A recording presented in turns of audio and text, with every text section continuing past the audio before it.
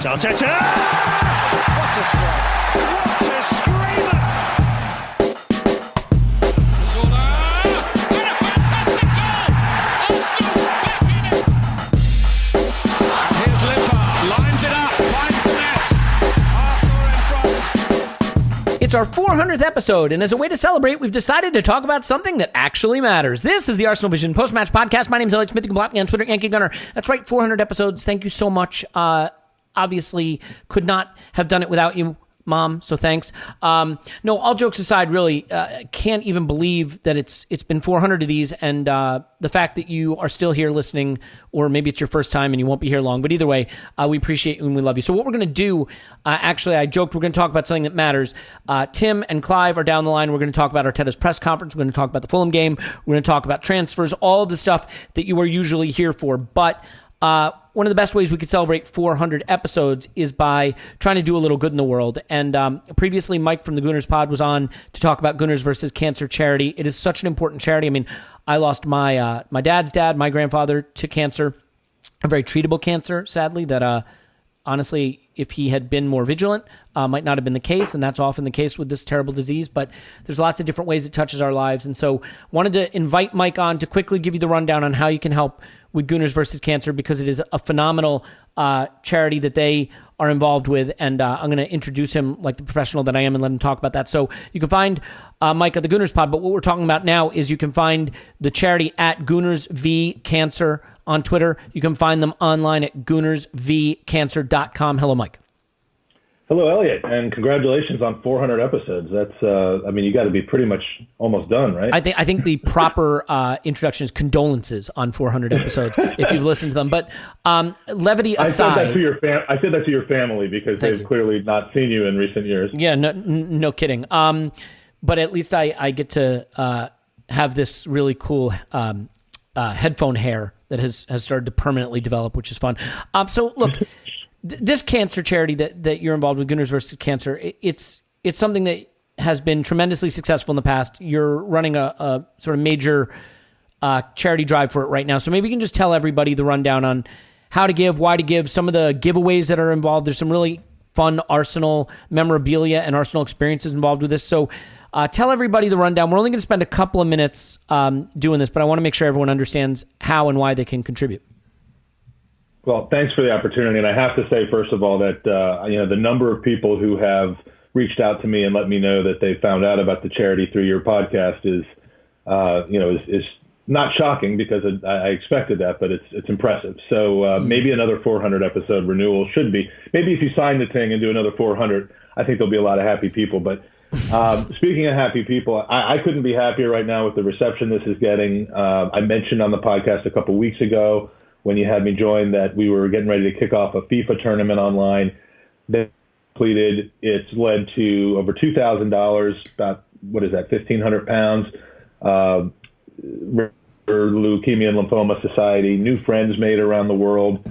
Really, just some of the WhatsApp chats that have gone on for that tournament, it's clearly brought people together for a good cause, and it was fun. Now we're running the Gooner auction, which is the big kind of centerpiece of this charitable run that we're on.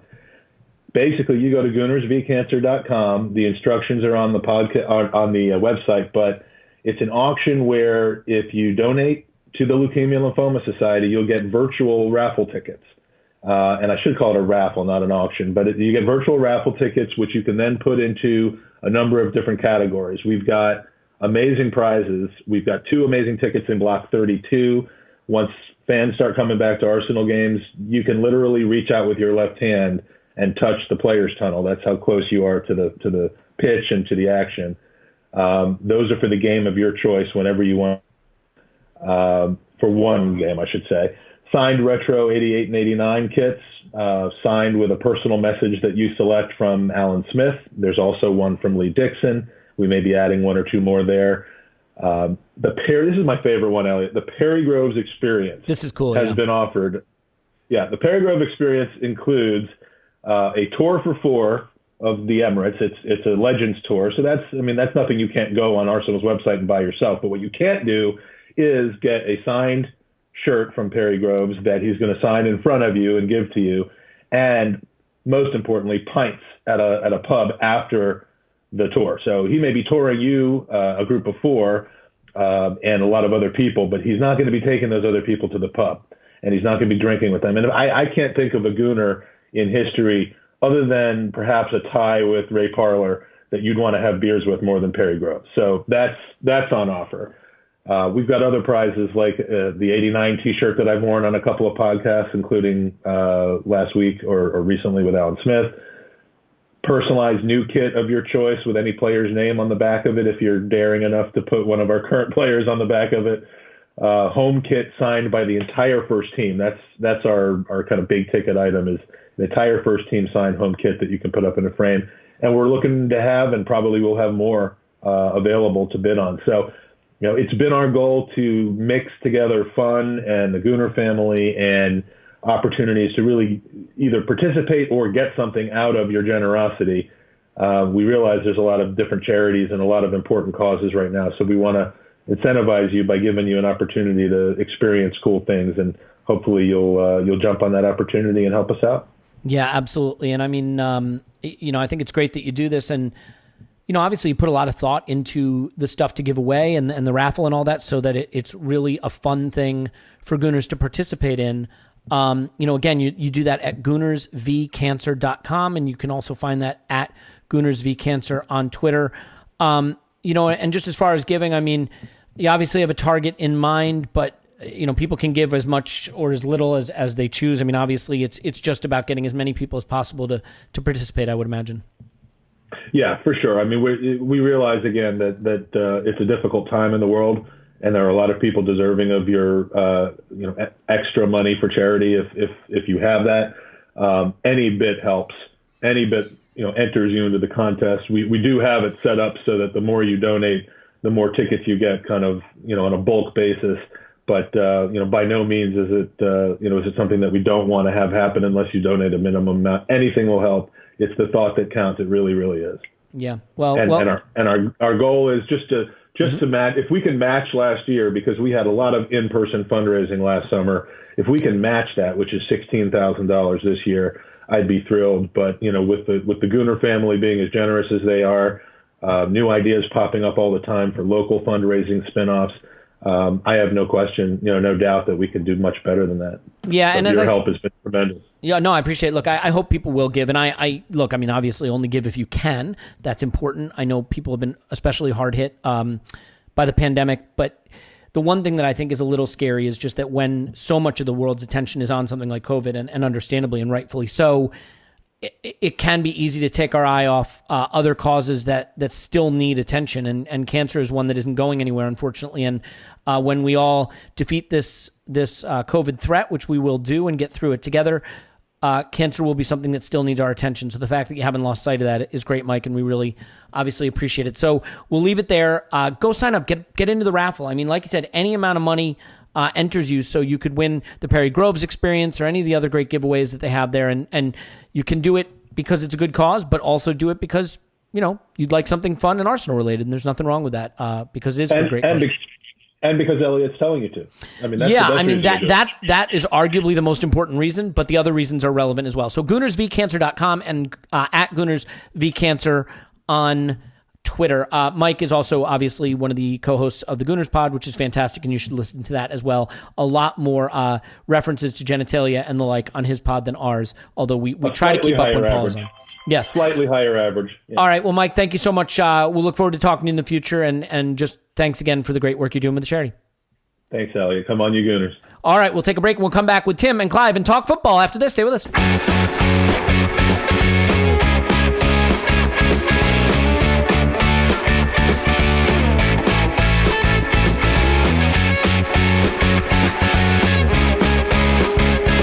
Okay, now that the important stuff is out of the way, we can talk football, and it is our 400th episode, so we wanted to do something special. We wanted to celebrate, and I racked my brain, and I was like, what can we do to make the 400th episode special? And then it came to me. Do it without Paul. You can find Tim on Twitter at Stillberto. Hello, Tim. Hello there. And Clive's on Twitter at CliveBAFC. Hello, Clive. Hello. I kid. Paul will be back presumably in the 401st episode. Obviously, if you are watching this on Patreon, you are watching this, so you can see our faces, which I'm sorry about. I know Eddie Longbridge on Twitter posted a picture of our faces as women's faces, which it didn't recognize my face as a face, so I couldn't be posted as a woman. So I put a light on so that now my face will hopefully be recognized as a face, and Eddie can make me into the woman I have always wanted to be, because damn, I feel like a woman. Now, we're going to talk mostly Mikel Arteta's press conference and the news about him being named Arsenal first team manager. We'll talk a little bit about Fulham, but I do just want to start by saying 400 episodes in, the fact that we are still here and anybody listens, Mom, thank you so much. The fact that you still care about the podcast and get in touch and sign up on Patreon or talk to us on Twitter or get in the comments section, whatever the case may be, except for you, you know who you are. We really appreciate it, and it means the world to us. And I know I speak for Tim and Clive and Paul, who's been kicked off the pod, and Scott and everyone when I say that we feel very fortunate to have the listeners that we do, that it has been a tremendous experience for us, and hopefully will continue to be a fun experience for you. So with that nonsense out of the way, Tim, they have named Mikel Arteta first team coach, now first team manager. Now, there's a lot of jokes that could be made here, right? Like, all it took was a year and a half of Raul and Emery doing the director of football and head coach model for them to get scared and go running back to the safety of Arsenal first team manager. Before we talk about Arteta's ability to live up to this and whether it's fair and all the ramifications, because I think there's a lot to dig into here, does it show a lack of, I don't want to frame it purely in the negative, because I think there's a lot of positives here, but is there any part of you that finds that there is a lack of sort of philosophical integrity behind the decision to move away from Arsene Wenger, create this sort of more stratified, modern approach, technical director, director of football, head coach, and then within one cycle run away from it? Do you have any sense that it really demonstrates at the very top of the club how little adherence there is to any one philosophy, or do you see it differently? A little bit, yeah. I mean, so these announcements are a way of saying this is kind of how things have been running, and we're going to make the announcements almost, as well, not almost, but as a consequence of that. So this is not them saying, I've got an idea. Why don't we make Mikel Arteta the head, the first team coach, or whatever they're calling him now, first team manager rather. I mean, that's they said themselves that's kind of already what's happening. I see this as more of a comms move than anything. Okay. And Vinay said, he wanted to be clearer on comms. That was something that he really wanted to do, I guess to make the job his own. And I guess what they're doing is that they recognise that, at least on the surface of it, there's a gap there now with Raul gone. And Vinay's the CEO, and he's not, quote unquote, a football man. He is a commercial and businessman. Is he that, though? Are we sure he's that too? Well, there are questions about that. But that's his stuff. And then we've got Arteta and Edu, and they're football men, effectively. And what this is Arsenal's kind of way of saying is, we're not hiring someone else to do whatever the hell Raul was doing, court agents or whatever. This is a clean break from that. So instead of it looking like, we got rid of someone and then we aren't hiring, it's just the roles and responsibilities have changed slightly. And I imagine that this is stuff that was already happening. And part of the reason Raul was squeezed out anyway is because they started to consider him a little bit redundant, because Arteta was very hands-on and always has been. And look, on one hand, you might question, I guess the question is Arteta up to that? Because like Liverpool and Manchester City, obviously they have lots and lots of staff doing lots of different things, but Klopp and Guardiola are not head coaches. No way. And therefore, and Arteta's very much in that mold. He's very much a figurehead. I think he's wanted to be that from day one. I think we've needed that. As well, just because I don't really think anyone else at the club really naturally steps into that kind of role, and Raul didn't really, or he mistreated that role a little bit, I think. And I think this is just a way of saying, okay, we tried something, things got a bit sloppy, here's how it is now, or here's how it was really running, and we're just updating everyone's job titles to reflect that. So I see this as a kind of, when people start... for example, the word literally, right? People ironically misuse the word literally all the time, and it happens so often that they just end up changing the meaning in the dictionary. And that's kind of what this is. When people start using language a certain way, eventually the dictionary or the people in charge of the dictionary just go, okay, everyone's saying this now, so that's the way it is. And that's literally how I see this. Yeah, so Clive, I'll let you say the right thing, and then I'll say all the wrong things, which is sort of the progression of expression of ideas on this podcast. But in terms of Arteta being up for this, I mean, how do you feel this changes what he has to do? I mean, is this purely a title change to really establish him as the character at the club? I mean, there's a part of it that you could just say they really want the identity of the football club to be Arteta right now. And so this move really puts him front and center so that there isn't that vacuum of identity and character. I mean, you look at the Adidas video that came out, the family, this is our family video, and it's so moving and it's so stirring. And he really has that gravitas and that charisma to be the character. Do you see it as a sort of a purely PR driven change, or do you think this will change fundamentally the role he has at the club day to day? Well, firstly, it's just about change, right? So this is just a change cycle, right? So with my work hat on, there's like a change cycle called forming, storming, norming, then performing, right? So I have not heard that when, when Emery came in, this is why I didn't want Arteta to be the original manager, because I just felt we were going to go through this change. And the first part of the change is we're going to try something different. We're going to move away from what we used to do. So it's going to be a natural zigzag. It's almost like Obama to Trump. It's natural, right? It's one extreme to the other. And then there's going to be once you go through that, there's going to be a bit of a tear up, a bit of a fight, a bit of a repositioning. And we've gone through that. And now we've gone through the management change, and now we have the right guy in charge. Now we can look at ourselves and look for stability and normalize who we are. Right, so you're going to hear words like stability going forward.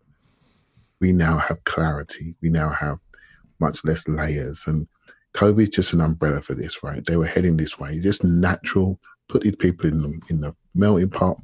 See who comes out of it on top. This is what we have. And the smartest person in this for me has been Edu, because he's had a good look around. And he said, hey, man, Mikel's the man. I'm moving offices. I'm going London Colney. I'm going to sit next to him. I'm going to travel on the team coach. I'm going to be right next to this guy. So when they go to reorganize the place. It's kind of like Matthew Flamini being best friends with Mesut Ozil. Oh, perfect. you know what to do. Perfect. Exactly. So Eddie's real smart. I'm going to start talking my language. And so they've aligned themselves to the partnership. So that just made him redundant straight away. And I let it happen because that sorts him out. There's no more duality at the top layer there. I'm now going to be the CEO. And this is great. This is just change, right? So I'm laughing away to myself because now we have something that's pretty clear. We have the Fantastic Four. We play in the other square box. And so basically, and we were looking at this group thinking, wow, this is pretty cool. I read somewhere today the average age of this four is 38. That's fantastic. That is longevity right there if they do their jobs right. That's amazing. We've gone away from, was it Neil Banfield and people like that? 107, we just changed. We've changed completely. So this, I don't worry about Arteta at all. We're all pretty strong about him. But I think from an organisation point of view, I think she's really positive.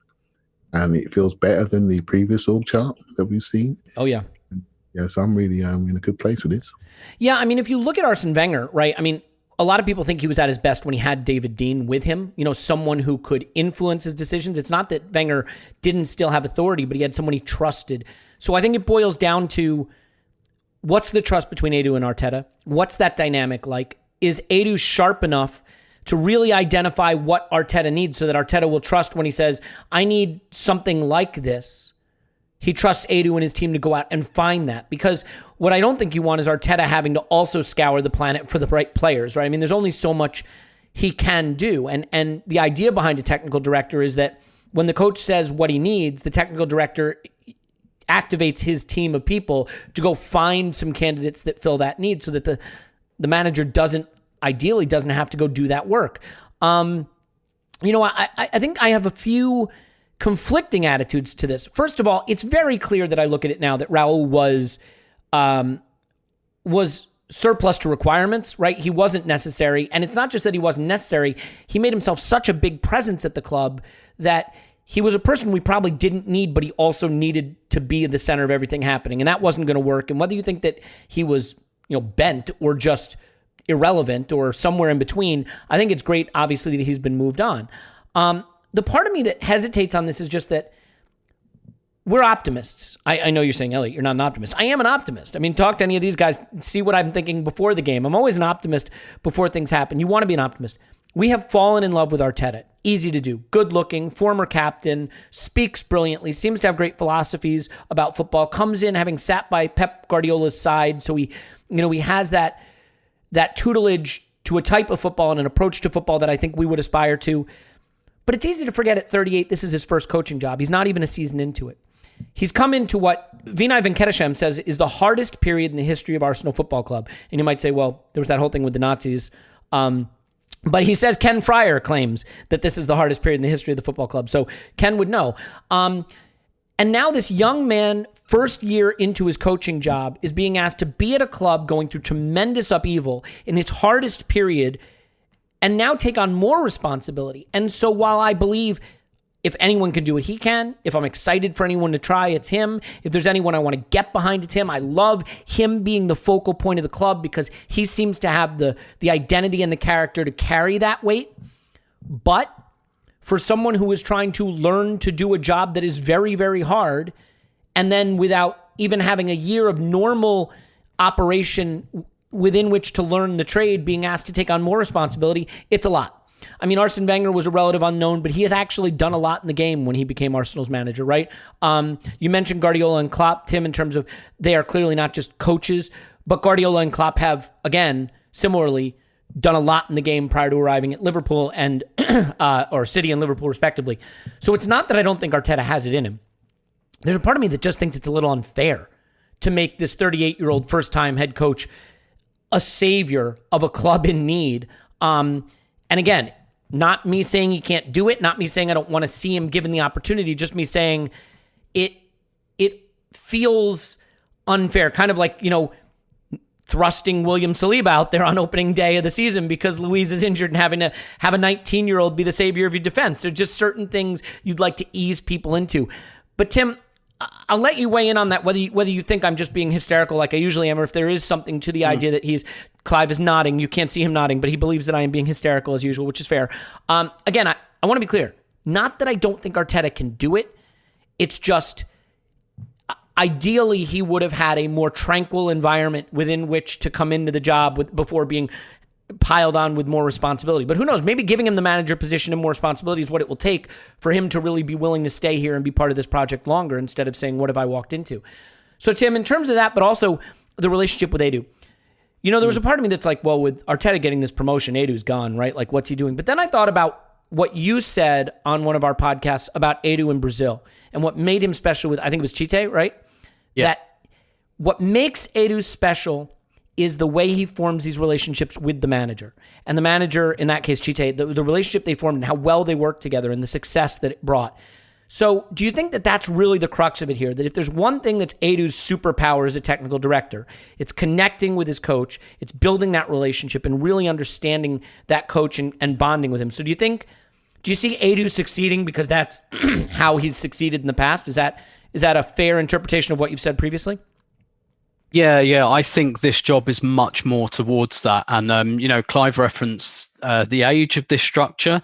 And I tweeted about that last night. And actually someone I left out of that as well is Josh Kroenke, who is kind of de facto running the club, also pretty young as well.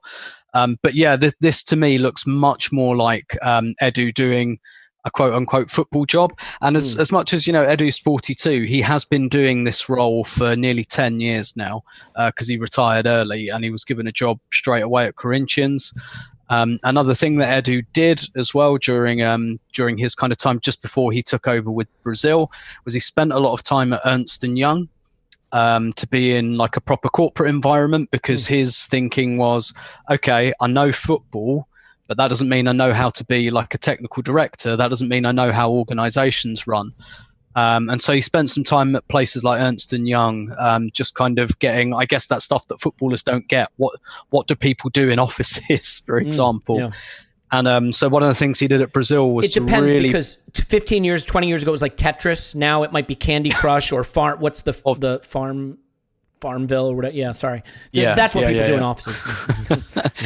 But like he did stuff like at the CBF, and he really professionalized things. And he said, no, we're wearing suits to work, and we're working like 8 till 6 office hours. You're not just a bunch of ex-footballers who come in here in your tracksuit bottoms and your boots still on anymore. So he does have that kind of side of it as well.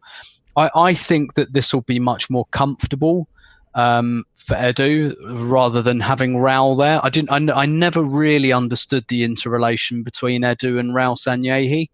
That's not to say they didn't understand it, but I never understood it. I never that's really in part because Raul never let Edu talk. yeah, indeed.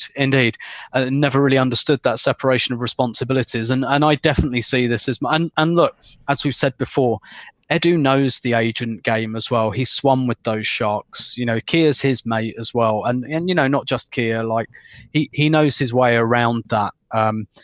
Particularly in Brazil, that market is most big players have third-party owners as well. So doing transfers in Brazil is complicated. You own 30% of the player. They might get some of the shirt rights and all of that. They're more complicated transfers, particularly for big players. So he does know that side of things. And, to Clive's point about him being quite clever, he is the oldest person in that structure now. He's the most experienced in terms of football administration. But what it does is it puts the spotlight on him a little bit more where it hasn't been before. But I do think that this is going to be a much more comfortable role for him. I do really get the sense that he gels with Mikel Arteta, and they kind of sing from that same hymn sheet. But even from day one, actually, one of the things Edu said was that he wanted to be close to the players.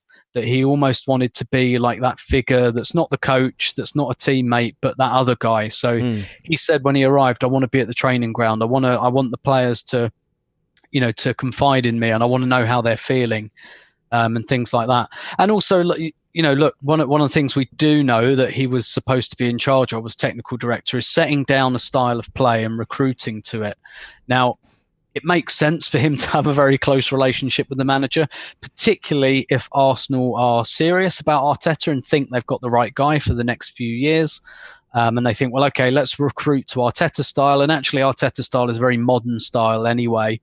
It's not like absolutely unique, not so unique that, oh my God, if Arteta resigns in 18 months, who are we going to get to pick this up? This is kind of the way, like he's I guess a bit more at the zeitgeist of football at the moment, but so I think I see this as a bit of a promotion for Edu, in that it's not quite Raul Sanllehi's role, but it's more than he was doing. Edu's he's a personable guy who likes to build relationships. And I said as well that another big part of his role, particularly with Brazil, was convincing some of the young players with dual nationality to come and play for Brazil. So he did that with Martinelli, for example, and because Brazil had lost players to other nations, and it was part of his job was to go and woo them and say, look, we're going to put you in the under-20s now, but so don't go off and run off to another country and get your cap, because we've got a plan for you for the next few years. The whole attracting players to the club part, I think he's kind of got that as well. So, I don't want to make it sound like I'm saying he's brilliant and he's amazing and this is going to be perfect, but I think this is much more in line with his skill set. And I agree with Clive. I think he's played a bit of a blinder here. Yeah, and the noises coming out suggest that they are going to lean on data, that they do have a team that they trust, that they've they've made this a leaner operation. It's not scouts sitting in the stands all over the world. It's analysts, finding potential candidates and then doing some scouting once you've sort of zeroed in on them. And I like that. I think if you've got the right people identifying the right targets, then the guys in charge have a lot easier job. And, I think Raul stood in the way of that process operating the way it should. So there's a lot of good noises here. And look, Clive, I want to clarify. I am thrilled with Arteta being given this opportunity. I think the club needed, the one thing we learned under Emery, the head coach thing might work, but this is a club right now that needs someone to be its identity. Klopp is the identity at Liverpool. Pep is the identity at City.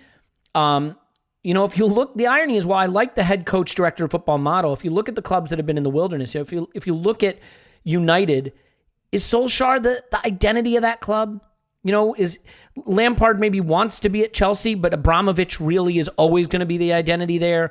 Pochettino, Spurs achieved all they did under Pochettino, which I should remind you is the sum total of fuck all, because he kind of became that identity, but never really a communicator, language barrier being the primary reason for that.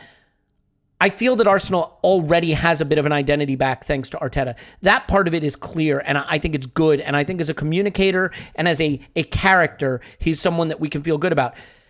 You were sort of shaking your head at my concerns about him taking on more responsibility at this stage of his career. So maybe you can kind of give me reasons not to worry that for someone who's not even a season into his career, first time coaching a team and it's the era of COVID with all of the weirdness that goes on there. And now he has really more on his plate. So for you, why is it that that's not a concern? I think it's just a work style thing. I think he has a way of approaching the job.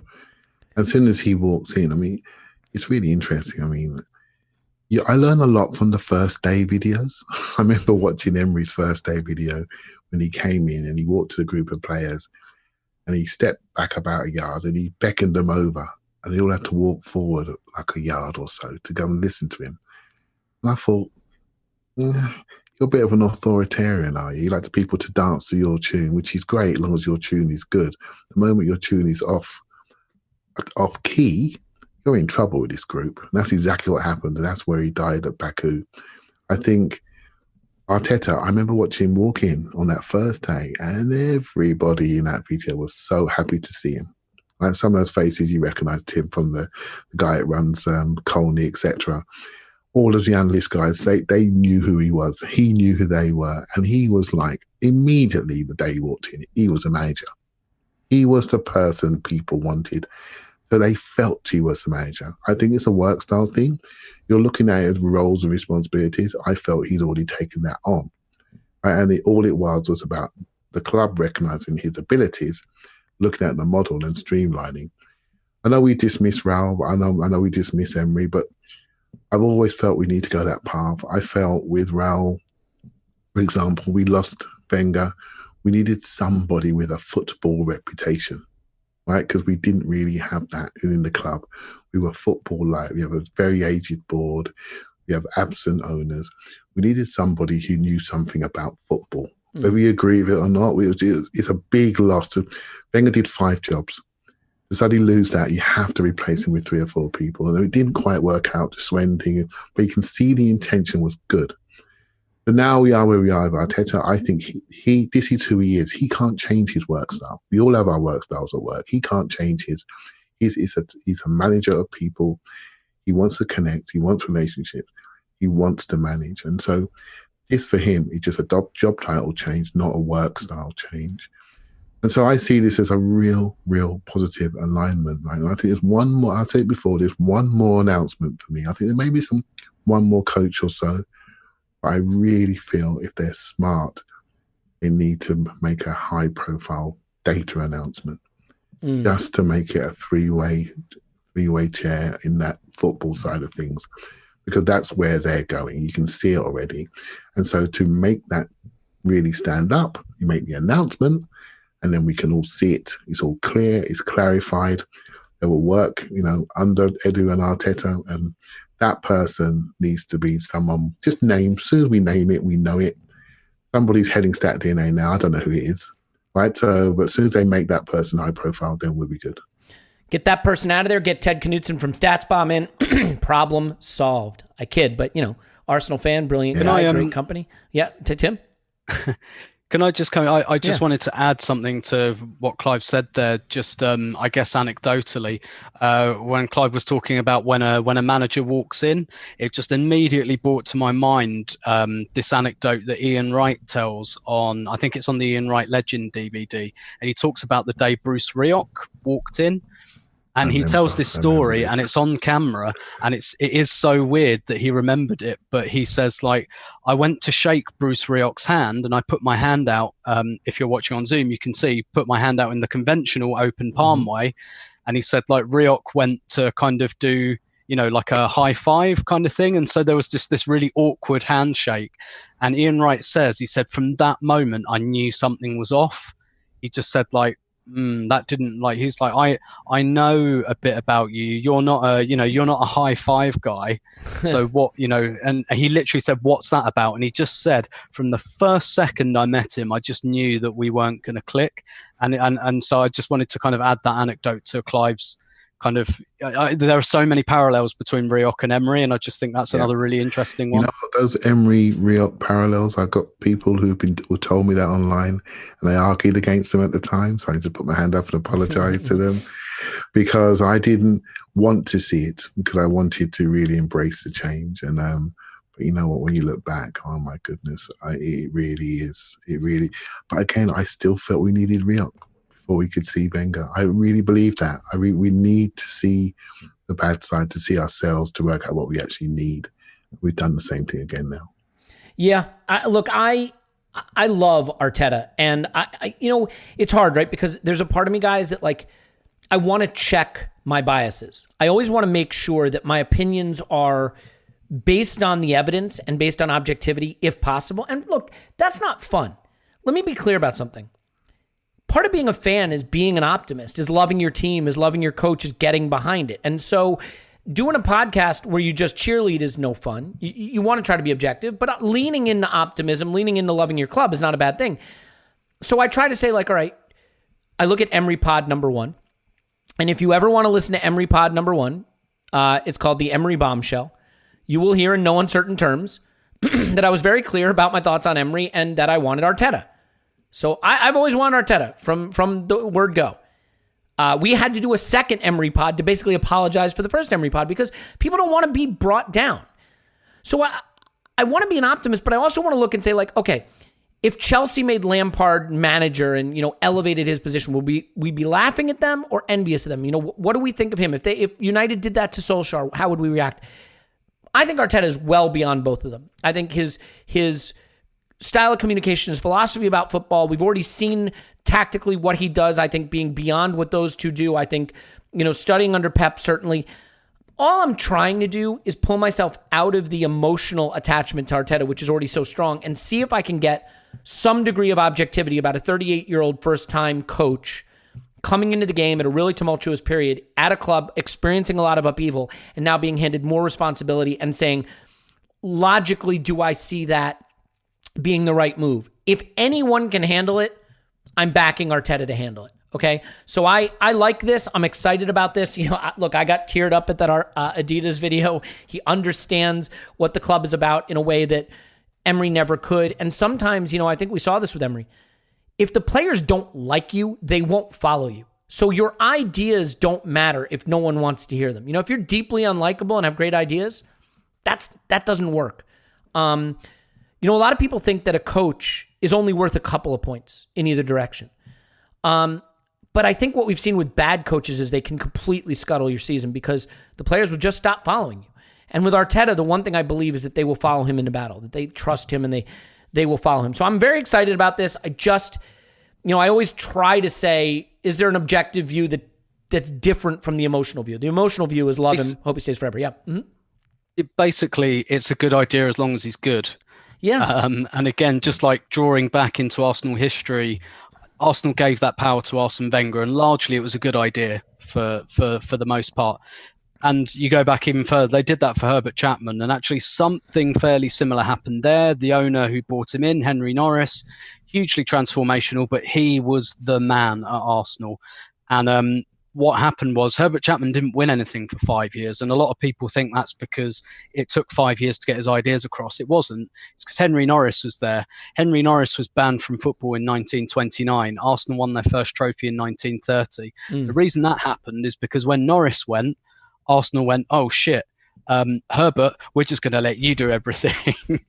And they gave him complete control, and even stuff like renovating the stadium. He was just like, right, need like, bear in mind, this is like the 30s, need a couple of $100,000 to upgrade the East Stand. They went, yep, we'll do that. We'll sign that check. There you go. And as long as the person is good, that's a great idea. It's all about whether they're good enough. Yeah, because look, we did try to talk ourselves into Emery. I think we all had reservations, so it's not a similar situation. I think we were very much trying to talk ourselves into Emery there. Clive, why don't you wrap us up on this topic, because then I want to get to the Fulham game and some of the stuff that came in the press conference about just individual player situations before this winds up being the 2-hour fiasco that it's headed towards. Yeah, let's let it roll and see how we go. I think, when I saw the organisational stuff last night on The Athletic, I thought to myself, this is really good. And then immediately I thought, okay, say Arteta goes, because football's football, right? Mm-hmm. If he makes a bad substitution, we're going off our heads, let alone lose 3 games on the trot. So football could change really, really quickly. But I do think they've noted that in some of the conversations since that, if we have to change the manager with the technical director there, we'll have a level of continuity. That's what they feel. And I'm thinking the next person in charge will have to be another manager. It will need to be somebody that we identify with as a proper manager who's had a decent sized club on his CV, for example. So there is a bit more of a strategy going forward about what we are going to be and what we're going to look like. But my feeling is, listening to Tim before historically and watching Edu work and watching how he's worked with previous managers, he wouldn't surprise me if Arteta went one day, he's going to go upward. And Eddie's the sort of person that may go with him, right? So we do need to future-proof ourselves, be aware of this, and make sure that, they've got the keys to the kingdom, but we still got to make sure we look and make sure it's been done appropriately. So, the future is going to be so exciting, and I'm on the optimistic side. Elliot, come with me, my son. Yeah, no, I'm with you. I am optimistic. I mean, I still think it comes down to players, and we have some work to do there. So let's transition to that. So first, let's start with the players who are Arsenal players. And I guess the first thing to unpick, let's get to the defense first. Clive, I'll stick with you for a second. David Luiz's injury, we don't know how long it'll be. There were some reports that it could be a while. I'm hopeful that's not the case. But it's certainly going to leave him out for the Fulham game. There's no Socrates. There's no David Luiz. There's no Mustafi. It's really looking like one of Saliba or Gabriel, and in the possibility both Saliba and Gabriel could start in this game. So I'm curious, do you think that it'll be one of those two? How do you see the back line shaking out for this game? And, how concerned are you about them both potentially having to be thrust in the Premier League from day one with no preseason? Yeah. Mm-hmm. Sorry, man, I missed that bit. I'm not worried about it. Gabriel, maybe. I'm not sure what his training regime was like beforehand. Obviously, in the French league, they finished early, so he hasn't played a lot of football, for quite a long time. So I think Saliba will be more ready. And I just think for continuity, we'll just stay with the back three. I think we'll have Holding, Tierney, and Saliba in the back three, and we'll just have Bellerin and Maitland-Niles in the wide areas and just go from there. It just makes sense to continue what we've done quite well. And we can choose any configuration up front based on health and fitness. But I just think that just makes sense. I know people have been looking at the video goal of the Aston Villa goal when Aubameyang scored from the car park, right? I stuck it in the top corner. And everyone's looking at the front four configuration with Willian in there as well, and Pepe and Lacazette. That feels quite exciting, doesn't it? Watching them dart around the screen. That could easily happen. That would be quite a brave step, maybe, but maybe not. Put them away, let's go and attack them. So if that's the case, then potentially we could see the 2 new signings start with maybe Holding on the bench just because it looks better, left foot, a right foot, sort of thing. So I never worry about these things. The sooner we see this, the better. I'm comfortable with it. I'm not afraid of it. let's see it, let's assess it, let them understand this league as quick as we can, because we know these players are our future for certain, particularly the two new ones, and we're all dead excited to see them play together. Yeah, I mean, I guess if you had to start two young, brand new center backs with no preseason preparation whatsoever, away to Fulham with no fans in the stands would probably be the way you would start that. I still think that it's a big ask, obviously, just having never played together, never played in the system. I mean, it really is. It would be like a preseason game for them, but it counts. So it's asking a lot, and they're young players, and they've just arrived. I mean, Tim, we talked a little bit offline before we came on about how this might shake out, and you envisioned maybe a system similar to the Cup final that would allow it to be one from those two. Is that what you want to go on record with here? Yeah, I think so. I think we might, and I'll row back from what I said the other day about Gabriel, because I hadn't quite appreciated that obviously the French league finished so early and he hasn't played for quite a while. And yeah, I gather he's been training like everyone else, but maybe the lack of minutes in his legs makes that not dangerous. So I think generally fans worry too much about that. Like, oh God, this guy can't make his debut today. And in the normal run of things, I'd say he's 22. He costs £27 million. He'll be fine. Like people said it about Bernd Leno when we had him. Like, oh, can Bernd Leno start? And it was like he was 26 and he played for Germany and he had like 200 games or something. And I know Gabriel's not quite there, but I think one thing that probably kind of makes it an easy decision not to start him is just having Tierney there. He's the left footer. He's played that role. Playing Maitland-Niles at left wing back with Bellerin at right wing back, it's just an easy decision to make. And then perhaps having Holding to the right and Saliba in the middle, I think that's probably what we'll do. And Saliba as well, did he play the French Cup semi-final, or was it just the final that was? I think he played the semi. He didn't play the final. That was the whole kerfuffle. Yeah. Yeah, he didn't play the final. I do see Saliba on the right, actually, Tim, and Holding in the middle, only because he's done it before. That's the only reason. But but Saliba's like trained with Arsenal like a fair bit. He's been training with us the whole summer. He's probably a bit more ready to do that, and we've already got the left footer in Tierney, so that's how I see it happening. Yeah, Clive. I'm with that. I'm with that. 100%. It just makes sense. Sometimes don't overcoach. Just keep it simple. I mean, I could definitely see a scenario where Arteta would have liked to have started a back four against Fulham in the first game of the season, but he hasn't had any time to work on it. And now he's taking out players that are familiar with him, makes it even harder. I mean, the idea that you're not only going to start one or potentially two brand new center backs, but also maybe start a new forward in Willian and do it in a new system that no one's played. It feels like too many changes for a game that you'd like to think we could manage our way through, even in the back three, even if we're maybe not as potent going forward as we might be otherwise. Regarding Willian, Clive, what are your thoughts? I mean, Arteta really made a point to talk up his league experience and that he looks great in training. Do you think he'll get a first start in the first game? I've got a funny feeling that Saka may get the first start. I just think he's a little bit fitter. I'm just guessing. He's played under 21 games. He also played in the Community Shield. The pictures of Pepe I've seen with his new baby, as Tim will say, as he's yawning on screen, that's tough. Right? So that's really hard. You don't get the regular sleep that you normally get. Particularly Still not getting it. 9 months later, this baby's killing me. and so, yeah, and Willian, obviously, he's new. We don't know where he is fitness-wise as well. So, yeah, it just maybe go with Saka and Aubameyang and one of Eddie or Laka up front. Again, which is the fittest one. Could be Eddie. We'll see. But I know we are only down to 3 subs, but there's good options on the bench and to change things really quickly, lose a defender and flip to 4 extra forward, for example. So I'm pretty relaxed about it, really. I'm almost in some ways I want it to be very similar because I want continuity. There's a good feeling about us on the pitch, and almost by not changing too much, you get a natural continuity. And that continuity is based on being hard to beat. That gives us a chance to start off now, against other teams who haven't had the late cup runs that we've had, for example. So we're in a good place, and I just want to see that continue. And there's going to be a moment in the season where we get more legs, fit legs, and we'll all go, okay, now it's time for a change. So we'll know it. It's time for a change. This is the game, home game, we need a change. And it'll be obvious that moment is there.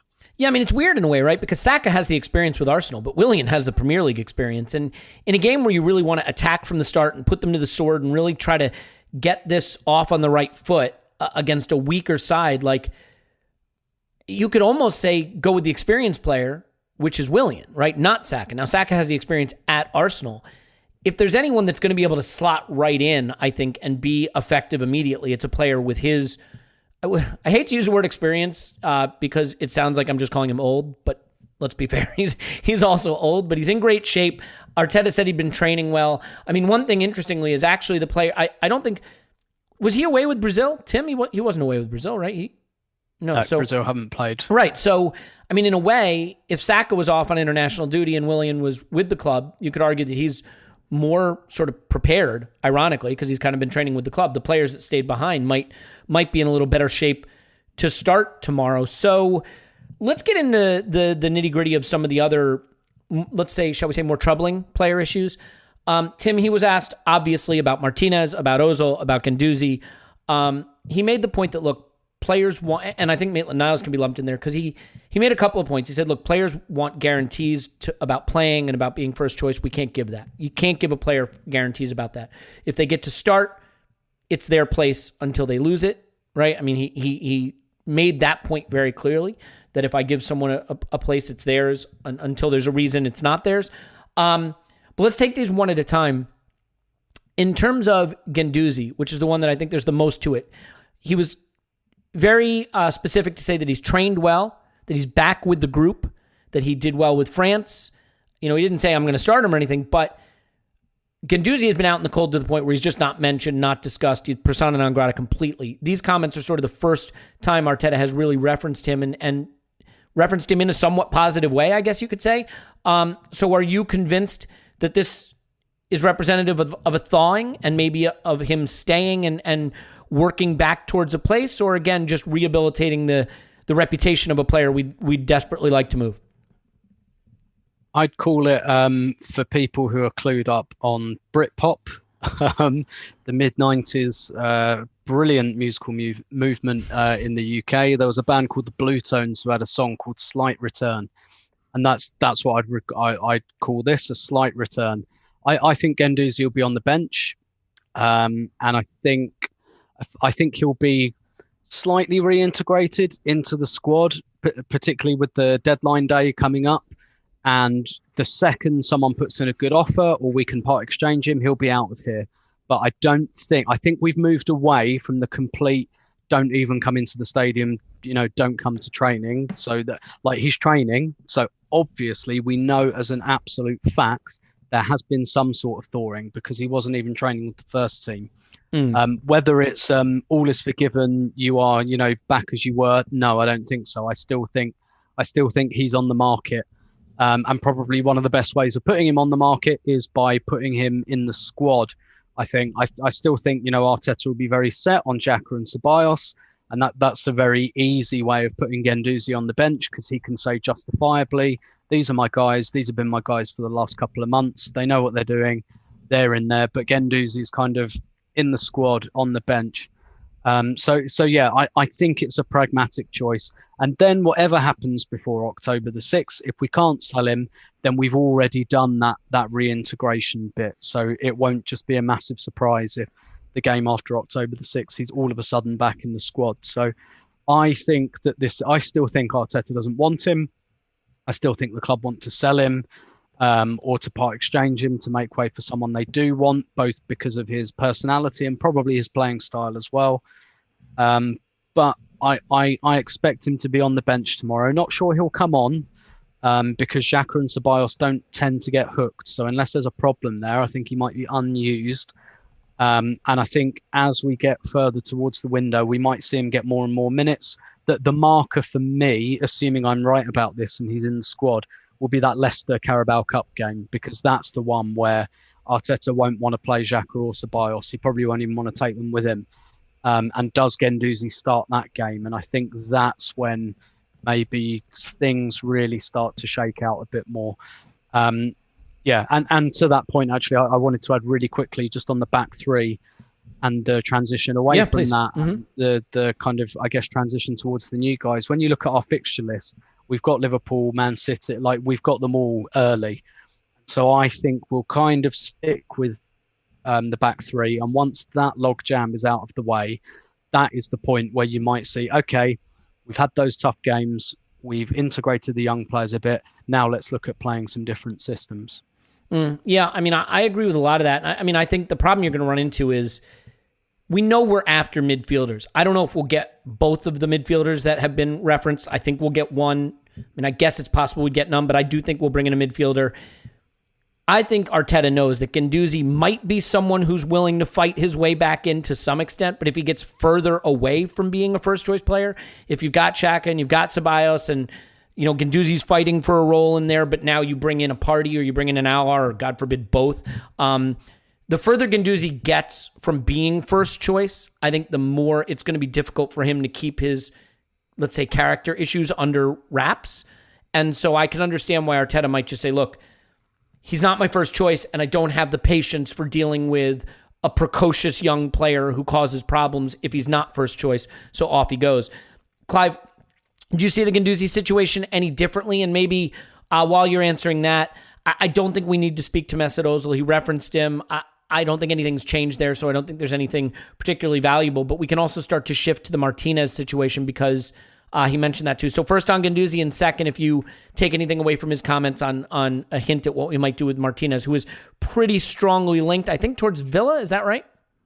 Yeah, Villa have offered him around 60k a week and number one shirt and all sorts of guarantees. And for a 28-year-old that spent a lot of time with a coat on rather than playing on the pitch, I think it must be tempting for him, even though his home is at Arsenal, for example. But you got to play, right? He's 28. He can get, he's got nearly 8 years ahead of him. He's got to play. This is the moment. This is the moment for him. I wouldn't expect him to fight it out again. I really wouldn't, even though for us it suits us, But, we never thought we'd get 20 million for him 6 months ago. So sometimes you just got to take it. I know they're looking at that David Raya, we've mentioned before. I watched him a few times at Brentford, and he's a very unique goalkeeper, incredibly front-footed. He's almost like a sweeper keeper. He really is. He is one of those players that's redefining the position. And I can definitely see where Arsenal are looking at him. He's completely different and could offer some more tactical variation. Like the first time when we saw Edison come into the league, we was all eyes wide open. Where did this come from? I mean, his bullet passes out 50, 60 yards. I mean, gee whiz, incredible. This guy's got similar capabilities, but he's even more front-footed like Manuel Neuer. I mean, he plays half out the pitch, right? So that's an interesting one. And whether Arsenal can get him out of there with 10 million in their pocket as a profit, that would be good. Or do they loan somebody else, maybe an older, more experienced guy, and wait for Raya for another year? So we'll see what happens there. And then bank the money for Martinez and use that for somebody in midfield, like an Aouar, really. And I think the more I think about that situation, if Guendouzi was to stay, and I don't count that out, if he was to stay, he is a base midfielder, and that sort of reduces the need for a Partey, even though I feel he'd be ideal. It reduces that need for one more year, but Aouar is unique, and we haven't got that player in abundance. And that's somebody that, again, like the two centre-halves that we just bought, is going to be a future signing, a future pillar of the club. So I could see that scenario happening. I really hope Guendouzi fixes it, because there is something in there. There really is. And I hope he fixes it. He's got so much to fix, so much to be coached about. But some of the things he does have are really natural. Some of his in-game personality and fighting spirit is just a natural thing. Some of the things he doesn't do that don't look very attractive is also very natural. And you hope you can talk that out of him. But I've had his inkling that I hope he can, come back. Like if Xhaka can come back, he can come back. I really hope he can come back. But if he doesn't, I won't lose any sleep over it. Get the money, bank it. I'd much rather see, the Vieira lookalike in Partey in the club, and I think that takes us to a new level. But if we had to stomach it for a year, I could do that too. Yeah. Okay. Well, Tim, sort of final thoughts on the goalkeeper thing before we get into the game proper. I don't think there's really anything else to pick out from the press conference in particular. I mean, there are little bits here and there, but I mean, we could go on for hours and hours on the beautiful words of that fine Arteta and all of his good words and stuff. I say articulately. Yeah. I mean, what's your take on the goalkeeper situation? So I tend to think that Martinez will go because he's the one understandably agitating to go a bit more. And also from Arsenal's point of view, it's a quicker sale than Leno. If they I say all of a sudden, if they said, no, we're definitely keeping Martinez, it's Leno we're going to sell, I think that would take a bit more time to shake out, whereas the money's on the table, more or less, from Aston Villa for Martinez. So, yeah, I mean, it's one of those things. I think politically picking Martinez tomorrow might have been expedient, but if they want the money, then they're going to have to go for it. I guess my misgiving, though, is if we just end up spending most of the... And look, it sounds to me like the kind of the player is forcing this. And again, I understand that, but and that's something perhaps as fans we don't take into consideration enough. But from Arsenal's point of view, if we sell Martinez for 20 and his replacement ends up costing 15, it's probably not hugely worth it. I would say it's not worth it at all. It doesn't make any sense. No, not even remotely. No. But I imagine it would just be because Martinez is saying, look, I absolutely want out, and therefore it's a situation Arsenal want to deal with. But it probably doesn't then go and generate the funds, which is probably what they had in mind when they were thinking about which goalkeeper to sell. Yeah, I mean, it does sound like, look, with Arteta saying basically someone doesn't just lose their place because they might be on the transfer block or whatever. It sounds like Martinez is starting tomorrow. That as long as he's at the club, he's the keeper, and he hasn't done anything to lose that role. So that's certainly sounds like that to me. I mean, I guess we'll see. So unless you have anything else you don't agree, Clive, you think it'll be Leno? I do think this starting lineup tomorrow may indicate a few things, because I'm still not sure about Maitland-Niles staying that last week. Just say Saka's playing left wing back. Easy happened for Fulham away. That makes a lot of sense, actually. There's no Mane to go and track. Do you know what I mean? Certainly wouldn't want to play a specialist defender at left wing back against a team that you need to go attack. I mean, if there's one weakness in Maitland-Niles, he's sure as hell not going to add a lot to the attack, especially from the left-hand side. Yeah, and he needs combination players, and you can see Saka do that in and out role just as well, and also get much better delivery on his strong side. So that's a smart adjustment. And then people immediately think he's Maitland-Niles going. Sunday morning papers, you can imagine them.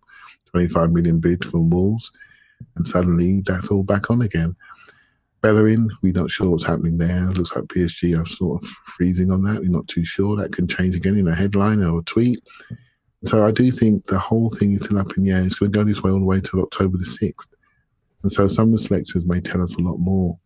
I'm not feeling Martinez starting tomorrow, to be honest. I'm feeling Leno starting. So maybe again, I'm being driven by rumours and conjecture, right? That's what I'm thinking. So then what's your take on his?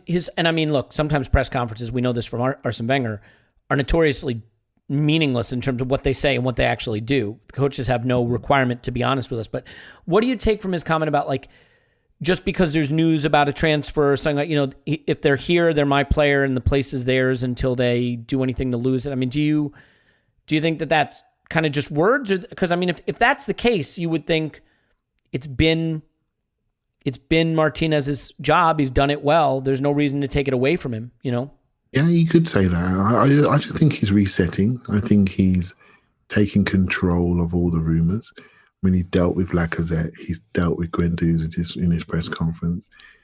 He spoke briefly about Ozil. He's dealing with this. He's setting the tone. He's saying Lacazette's happy, and we all know that in the background there have been things happening. So there's a tone being set that we've got a game to play. You know what I mean? Let's remember that we've got a game to play. We all got our calculators out on who we can sell, who we can buy. They're in the piece thinking, I've got a football match to play on Saturday. I'm going to need Lacazette. He's my centre forward. And he's still here. And he's more experienced than Eddie Nketiah, so I'm going to need him at some point. Let's make him feel good. So I think sometimes you talk to a dressing room on a football basis, and let's leave the Sunday morning headlines for the transfer tittle-tattle, and I think that's where we're going to go.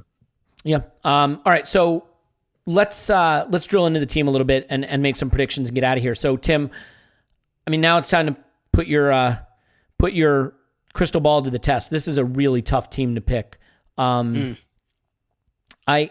don't know if I could get within 60% of it. What's your guess? So I think Leno's going to start in goal. I think it will be a back three of Saliba, Holding, and Tierney. I think Bellerin will start at right wing back and Maitland-Niles will start at left wing back. I think we'll have Xhaka and Ceballos in midfield. I think that's a pretty easy one. And the front three, Aubameyang definitely on the left. I think Lacazette will start up front because Eddie's been away. And I agree with Clive. I think Saka is going to start on the right and we'll leave Pepe and Willian, who've both kind of had even shorter pre-seasons than the rest of the team because they've been away. I think Pepe and Willian will be left for the bench, but we'll see them, 60, 65 minutes, maybe even as a double sub. So, yeah, that's my prediction. Clive? Yeah, I would agree with that. The only one I could maybe see, is Pepe to start and Saka to flip to left wing back. That's the only thing I could see. But I've got nothing to make that apart from a hunch and what I'd like to see, actually. But yeah, I just think this Fulham away, that's what I'd like to see. But again, health, fitness and minutes is the key. He talked up Lacazette a lot in this press conference. And I mean, it's a guy that I think we've just kind of assumed is leaving, despite there not being a ton of smoke around that. You know what I mean? Like, I think all of us feel he's going to go because, in part, we want him to go because we think we need the money he would raise to buy the players we really want. But maybe not.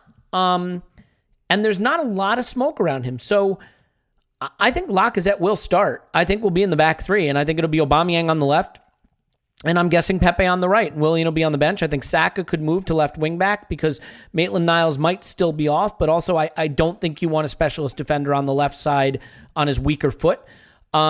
And then Bellerin would be starting on the right. Even if he's rumored to go, I still think that's how it'll go. Now, if Cedric starts, then I think you've got a pretty strong indication of what's going to happen with Hector. Tierney's obviously going to start at left center back, and it's going to be either Holding and Gabriel or Saliba and Gabriel, right? And I guess he'll go with Holding, figuring that, it's just enough experience to get you through a game that should be manageable, where we shouldn't be under the cosh that much. That makes the hard-won goalkeeper, and I think he'll stick with Martinez. I mean, I really think that this is where he can wear his coach's hat. This is why it's harder to be a manager than a coach, you guys. If he's just first-team coach, his job's to put the players out there that play. Hey, I'm just the coach. If you want to sell the player, if you're going to move the player, that's your business, but I'm the coach, I pick the players. If he's first-team coach, he can pick Martinez, he can pick Hector Bellerin, he can pick Lacazette. If he's manager and he's working as someone who has to be involved with more of the long-term planning, suddenly you can't just say, hey, I'm just a coach, I'm just picking players. Suddenly you have to pick Leno. Suddenly you have to leave Bellerin out potentially or leave Lacazette out because you have more responsibility for participating in the strategies and movements of the club. So I definitely think wearing this different hat has an implication for how he picks the team. Clive, you slightly disagree with that? I'm going to guess based on your facial expressions. No, I think Arsenal do a pretty decent job of letting us know about the organisation. They probably do too much of a job. Whenever they speak, we hold on to every single word. And it's only been like a few hours and you've already got his job title changing and his responsibilities changing and how that's going to impact. And I think a lot of people are going to be thinking just like you, Elliot. They're going to be dissecting this. I think sometimes when the club speaks like this, I almost want us to just accept it and know it's a step, it's a change, without pulling every detail of it apart. It's a team selection. And the team selection may show indicators to who's being transferred, or it may show indicators of who come last in the 40-meter sprint. Do you see what I mean? We don't know. We just know it's early season in a unique year, in a COVID year, very short gap. There's going to be a period of uncertainty, unknowns, re-substitutions again, with bodies that are weak and being overplayed. It's going to be one to watch. It really is. I'm just waiting. I'm just letting it wash over me before I conclude anything. Yeah. And Okay. Yeah. Please weigh in. Mm-hmm. Just add to that, maybe even a good way of closing, really. But I was talking to the Arsenal women manager, Joe Montemuro, after game last weekend. Arsenal women really written off during the summer because they've bought defenders, and that doesn't excite people. And people looking at more exciting signings elsewhere. No one talking about them winning the league. They went and thumped Reading 6-1 last weekend. Changed the formation, no problem. Really, really good performance. And someone asked Joe in his kind of virtual press conference, was that a statement? And he said, no. He said, I'm a football manager. I leave statements to journalists and pundits. That's not what we do. We win football matches. That's my job. He said, you guys can make the statements if you like. You guys weren't talking about us this summer. That's fine. My job is not to make you talk. My job is to make my team play. And yeah, I just wonder if there's, sometimes, like Clive said, we get very wrapped up in it all. And the bottom line is there's a football match to win, and everything else will work out exactly as it works out before October the 6th. Yeah. And I mean, look, one thing we saw very, very clearly at the end of last season is we put out a first 11 that was actually not so bad and we felt okay about. And as we know, we were able to beat Liverpool and City and Chelsea. But when it was time to change it from the bench, that was pretty dicey at that point. And I think, suddenly being able to pick a guy like Willian to come in with all of his experience and adding actual attacking threat, assists and goals, it looks a little better, right? I mean, you just have that one extra person that you bring on if you need to change a game a little bit, who's not, playing his 10th Premier League game ever, or, hasn't figured out how to do the end product bit yet. So I think that'll help. Quick predictions. Clive, what do you think? 2-1. Mm-hmm. Every week, don't I? It is a popular pick. If you go to the Predictatron Patreon, it's a a popular loss in the history of our Arsenal Vision podcast. We should be European champions by now. My memory fails me. Have we actually lost any of those games? That's not clear. Tim, remember. You got a prediction? Yeah, I'm positive about this one. Fulham were 10th for shots in the Championship last season. Above us. Possession. Yeah. A very possession-oriented team. They'll be quite cautious. They'll play like a 4-2-3-1, which they usually do with Mitrovic up front. But I'm reasonably positive for this for the reasons you said, that suddenly there's attacking options. I'm predicting Pepe and Willian on the bench. And you can add Nketiah to that as well. But if not, Saka, I just think the attacking options changes things for us. I'm going to say 3-1 Arsenal. Aubameyang finished in red-hot form at the end of last season. There hasn't been enough time off for him to cool. He looked great in the Community Shield. I just think he is the best player on that pitch tomorrow. And as usual, I think he will be the difference maker. I don't know that the attack will click. I think there may be times where if you're on Twitter, people are moaning that we can't even break down Fulham, but because that's what people do. But I still think that the quality will tell that Aubameyang will get a half chance here or there and put away a couple of goals, and I could see it ending 2-0. I just have a feeling that we will get by and that the scoreline may look better than the performance, but that's fine. There's been no preseason. There's going to be a lot of change in the lineup with players who are and aren't available. I can't wait to see what he picks, though. Boy, is it going to be a talking point. When those lineups come out, maybe instead of doing our Patreon instant reaction pod at full time, we'll do it when the lineups come out, because that could be the most interesting thing that happens tomorrow. So as a reminder, if you're new to this, we will have an instant reaction pod after the game for patrons, and then the full pod, obviously, Monday after the weekend, because it is hard to do things on the weekend when you have children, as Tim is sort of finding out. I've found out, and Clive, I guess your children are self-managed now at this point. Same with Paul. Yep, they're out in the street right now, running around, running amok, as they say. But yeah, so we'll have plenty more to come. And if you do want to get into our fantasy league for the patrons, there's still time. Obviously, today's the last day, and if you want to get your predictions in for our Predictatron, still time as well. But most importantly, plenty of great free pods as well still to come. 400 down, hopefully another 400 to go, and my guess is that the lion's share of those 400 will be spent discussing phenomenal wins under Mikel Arteta as he takes us both to the top of the league and top of Europe. Can't wait for it to happen. So for all of us, again, thank you so much. Clive's on Twitter at ClivePAFC. Thanks, Clive. Thank you very much. Tim's on Twitter at Stoberto. Thanks, Tim. A pleasure as always. My name's Elliot Smith. You can block me on Twitter at Yankee Gunner. Give us a 5-star review. Write nasty things about us in the comments. Maybe give to the Gooners versus Cancer charity, because it's obviously something that touches so many lives and something that we all feel strongly about. So you can do that. And I will just say that we do love you and really appreciate you being here. And most importantly, maybe, just maybe, we will talk to you after Arsenal 10, Fulham 0.